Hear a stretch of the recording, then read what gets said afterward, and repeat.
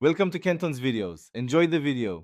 In this video, I will show you how to make delicious vanilla ice cream at home.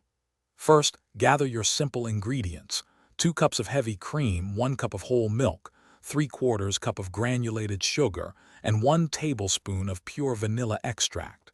You will also need an ice cream maker. This easy method ensures a rich, creamy treat that everyone will love, perfect for any occasion. Now let's create our creamy base. In a saucepan, combine the 2 cups of heavy cream, 1 cup of whole milk, and 3/4 cup of granulated sugar. Heat this mixture gently over medium-low heat, stirring constantly until the sugar completely dissolves. It is crucial not to let it boil. Once the sugar is dissolved, remove the pan from the heat and stir in 1 tablespoon of pure vanilla extract for that classic flavor. Next, chilling is key for a perfect texture. Transfer your vanilla cream base to a clean container and refrigerate it for at least 4 hours or even overnight. This ensures the mixture is very cold, which is essential for proper churning.